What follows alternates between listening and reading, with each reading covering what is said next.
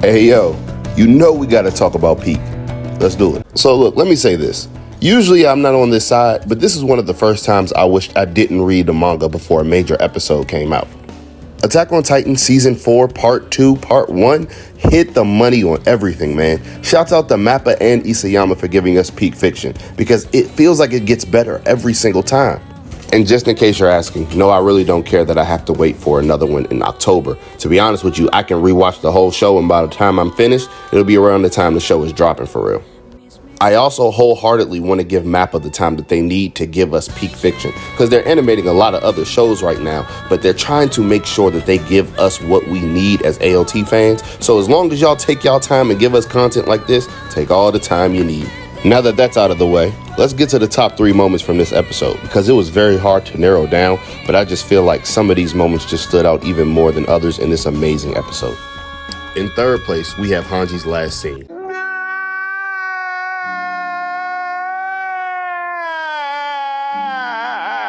And let me tell you, the manga didn't do this scene justice, despite the fact that I thought it was still a top tier manga panel. I've always loved Hanji because I feel like she embodies what the Scouts truly represent: journeying into the unknown, finding out your biggest fears, and conquering them. The Titans were the biggest menaces that Paradise had ever faced, yet she was the one who always wanted to be on the front lines to look at, discover, and study Titans. Her character was just unmatched. And to me, it always seemed that Hanji didn't want to be commander. It was a burden. And from the moment she accepted the role until the moment she got to pass it on to Armin, she literally dreaded it. Despite that, she did everything she could to lead the Scouts and went out like a true Scout commander. Hats off to Hanji, man, and hats off to Mappa, because this was amazingly done. Next is the freedom scene. I gotta tell you, it was perfect. Perfect. Everything, down to the last minute details. I've been saying for weeks now that we were going to be stunned in the first episode of Attack on Titan because of the chapter that it was going to animate. And let me tell you right now, everything that Mappa did for this was perfect.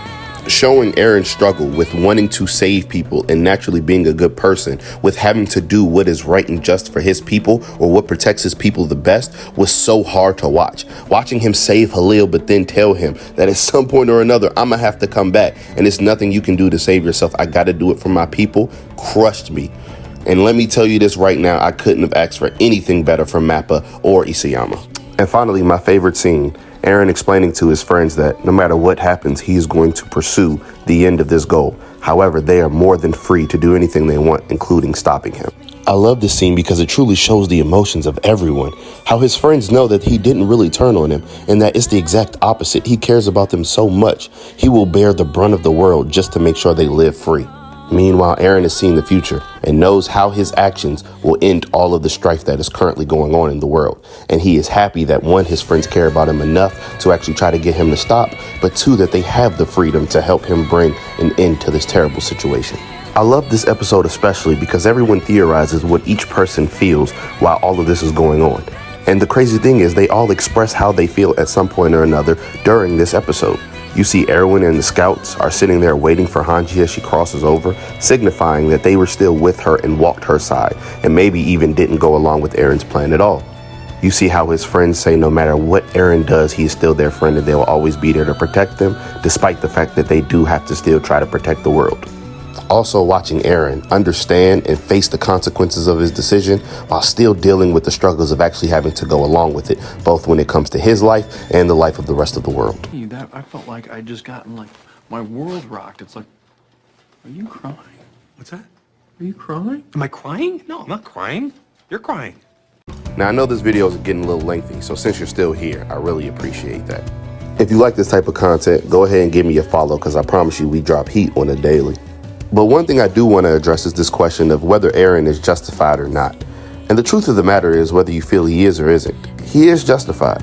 But that's why I love Isayama's writing. Although you may be justified in your actions, that doesn't mean you get to reap the reward for what you do to bring out peace or whatever change you seek. And that's the exact tone he gave not only to Eren, but every individual in this show. And because of this, Eren felt as though he needed to do what he needed to do for his people. And because the war had already started, there were no and, if, ors, or buts. Let me know what y'all think in the comments, but to explain better, here's Ainz Ooal. My goal is simple, but shapeless. It is honest and straightforward. but it slips through one's fingers so easily. In short, there is only one thing that I am searching for. Happiness. That can't be all. In the end, is that not the prize that all creatures yearn for? Living and undead. And to achieve that, you would rob others of their happiness. Is that such a surprise? My only purpose is to bring prosperity to those I treasure. If I can do that, why should I care what happens to anyone else?